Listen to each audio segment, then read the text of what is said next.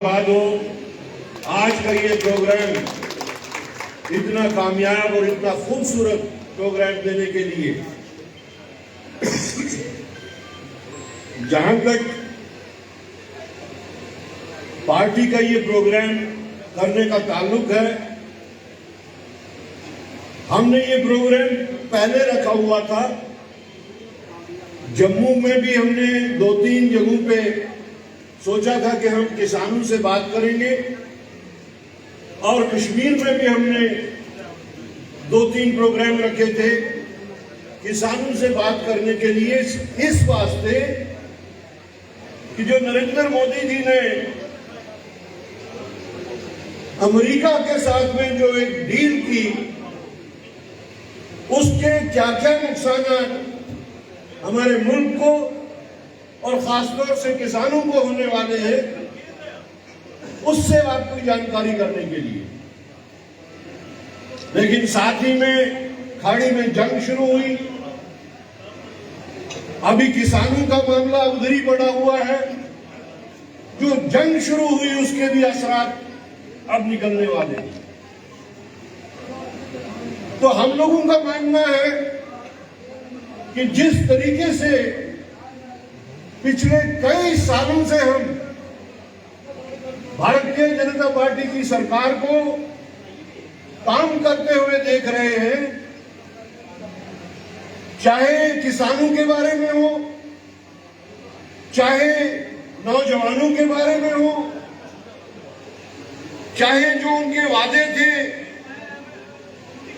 मुलाजमतों के कि हर साल 2 करोड़ मुलाजमतें देंगे,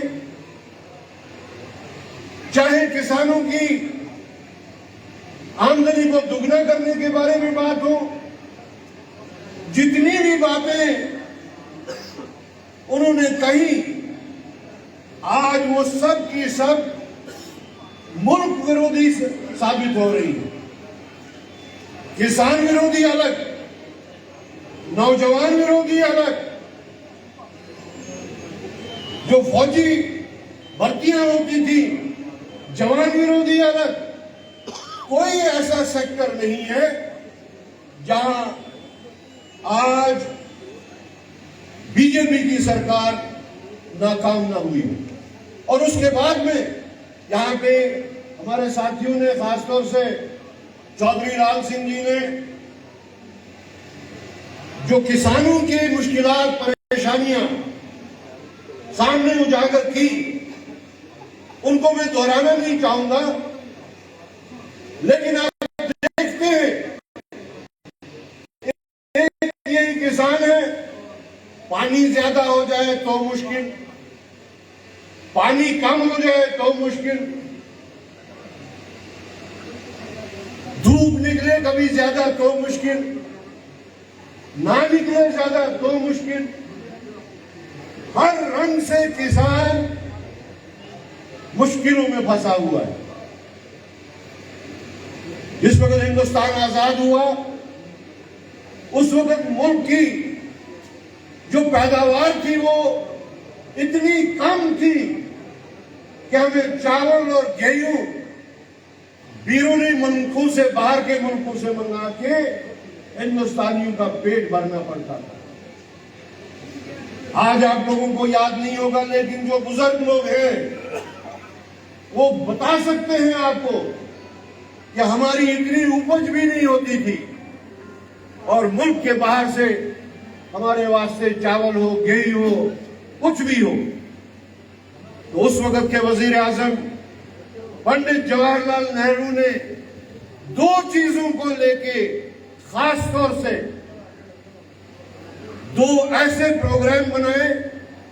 एक का नाम दिया उन्होंने ग्रीन रेवोल्यूशन, दूसरे का नाम दिया उन्होंने व्हाइट रेवोल्यूशन।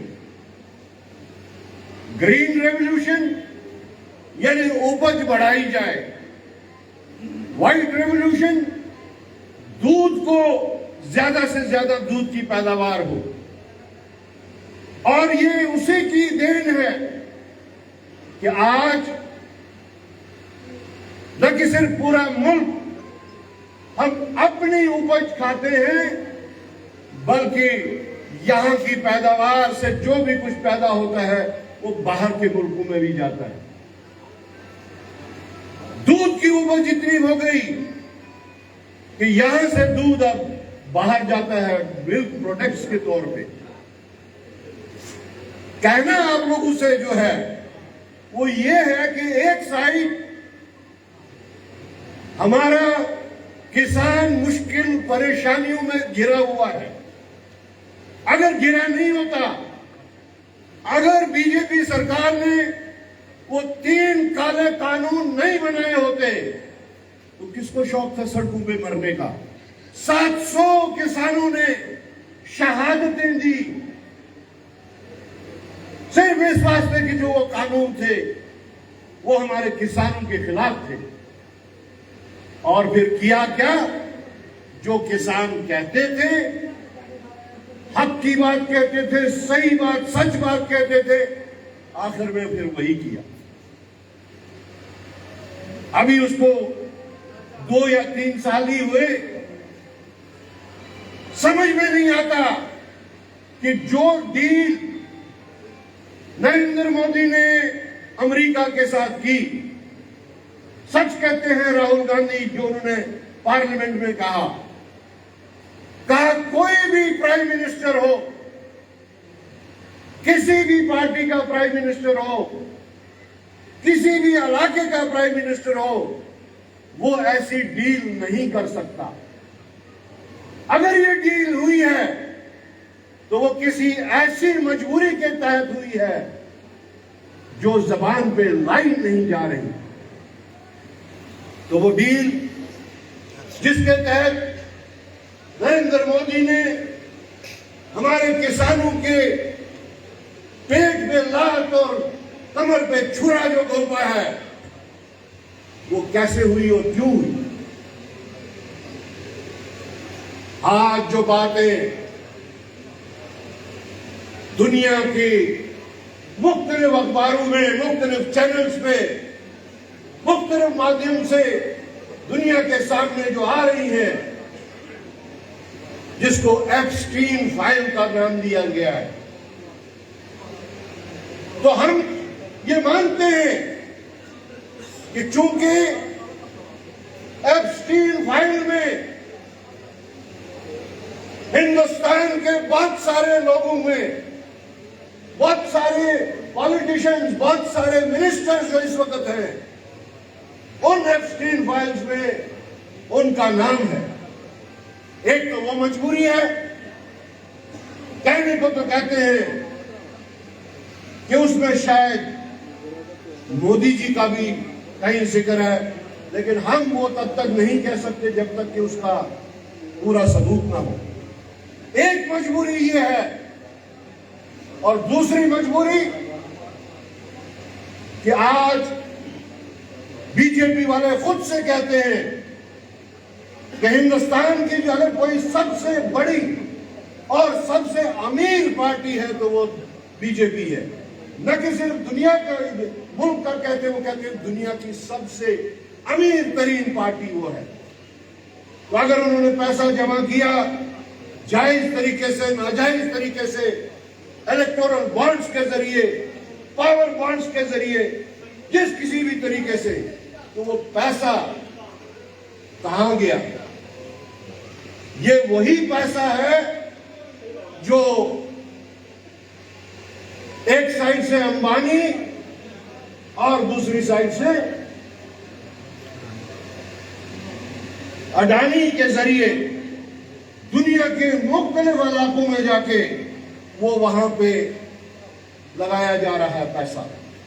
और उसी सिलसिले में अडानी ने अमेरिका में जो पैसे लगाए हैं उसमें कोई खुर्द मामला निकल आया तो वहां की सरकार ने अडानी के खिलाफ केस दायर कर दिया। उसके खिलाफ वारंट कभी भी हो सकती है, उसको कभी भी गिरफ्तार किया जा सकता है। और अगर अडानी गिरफ्तार हुआ तो बात पहुंचते पहुंचते पहुंचते आखिर में नरेंद्र मोदी तक पहुंचती है। तो ये सबसे 2 बड़ी मजबूरियां हैं जिसकी वजह से हमारे प्राइम मिनिस्टर ने अपनी कौम की पेट में लात